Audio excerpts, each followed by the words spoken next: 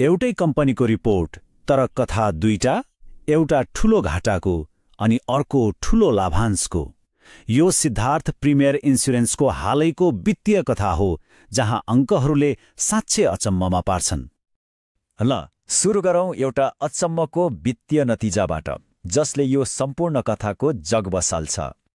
आर्थिक वर्ष 82-83को पहिलो 3 महिनामा कम्पनीलाई खुद नोक्सान भयो, त्यो पनि 42 करोड 64 लाख रुपैयाँ।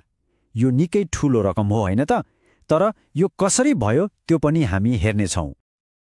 यो ग्राफ हेर्दा त झनै अचम्म लाग्छ। हेर्नुहोस् त, गत वर्ष यही बेला कम्पनीले लगभग 11 करोड नाफा कमाएको थियो, तर ठ्याक्कै 1 वर्षपछि 42 करोडभन्दा बढीको घाटा। यो त आकाश पातालको फरक भयो नि।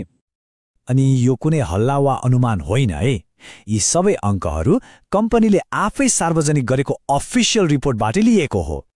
ल, घाटा भयो भन्ने त थाहा भयो, तर अब प्रश्न उठ्छ किन यस्तो अवस्था कसरी आयो? आखिर नाफाबाट यति ठूलो घाटामा पुग्नु, मतलब 53 करोडभन्दा बढीको यो उतार चढाव, यसको खास कारण के होला? रमाइलो कुरा के छ भने यसको जवाफ अन्त कतै होइन, कम्पनीको आफ्नै रिपोर्टमा लुकेको रहेछ। व्यवस्थापनले के भनेको छ भने हालसालै भएको एउटा आन्दोलन र त्यसपछि आएको अप्रत्याशित बाढीले गर्दा इन्सुरेन्स क्लेम वात्तै बढ्यो, जसले गर्दा नाफामा ठूलो असर गर्यो। तर कथा यति मात्रै होइन। बाढी र आन्दोलन त भयो, तर कम्पनीले अरू पनि चुनौतीहरू सामना गरिरहेको छ। जस्तै कि बिमा बजारमा एकदमै कडा प्रतिस्पर्धा छ, फेरि नियम कानुनहरू पनि बेला बेलामा परिवर्तन भइरहन्छन्, अनि देश र विदेशकै अर्थतन्त्र सुस्त हुँदा त्यसको असर त परिहाल्छ। त्यसमाथि क्लाइमेट चेन्जको जोखिम र राम्रो कर्मचारीलाई टिकाइराख्ने चुनौती त छँदैछ। अब यहाँनिर कथाले एउटा गजबको मोड लिन्छ। एकातिर यत्रो घाटाको कुरा छ, तर त्यही बेला कम्पनीले एउटा यस्तो घोषणा गर्यो जसले सबैलाई के हो यस्तो भन्ने बनायो।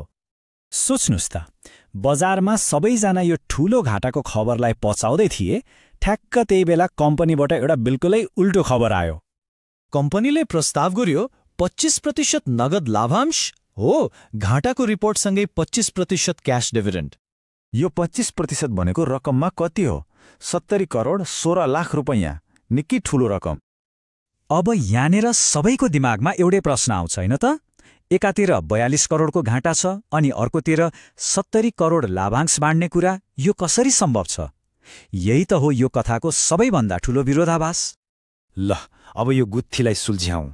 यो सबै विरोधाभासको पछाडि एउटा साधारण तर महत्त्वपूर्ण कुरा छ, त्यो हो समय। यो टाइमलाइनले सबै कुरा छर्लङ्ग पार्छ। हेर्नुस् है, कम्पनीले जुन 70 करोडको लाभांश प्रस्ताव गरेको छ त्यो आर्थिक वर्ष 2081-82को नाफाबाट हो। त्यो वर्ष कम्पनीले राम्रो नाफा कमाएको थियो, तर हामीले जुन 42 करोडको घाटाको कुरा गर्यौं त्यो चाहिँ नयाँ आर्थिक वर्ष अर्थात् 2082-83को पहिलो 3 महिनाको मात्रै हो।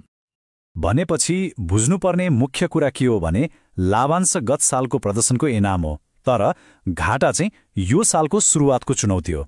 यी दुई फरक फरक समयका कुरा हुन्, तर खबर एकैचोटि आउँदा हामीलाई विरोधाभास जस्तो लाग्यो। ल, यो त भयो विगतको कुरा। कम्पनीले पुरानो नाफाबाट लगानीकर्तालाई पुरस्कृत गर्यो, त्यो राम्रो हो। तर अब प्रश्न उठ्छ, भविष्यको के हुन्छ? यो नयाँ आर्थिक वर्षको सुरुमै यत्रो घाटा बेहोरेको कम्पनीले आउँदा चुनौतीहरू सामना गर्न सक्ला त? यो प्रश्नले चाहिँ हामीलाई सोच्न बाध्य बनाउँछ।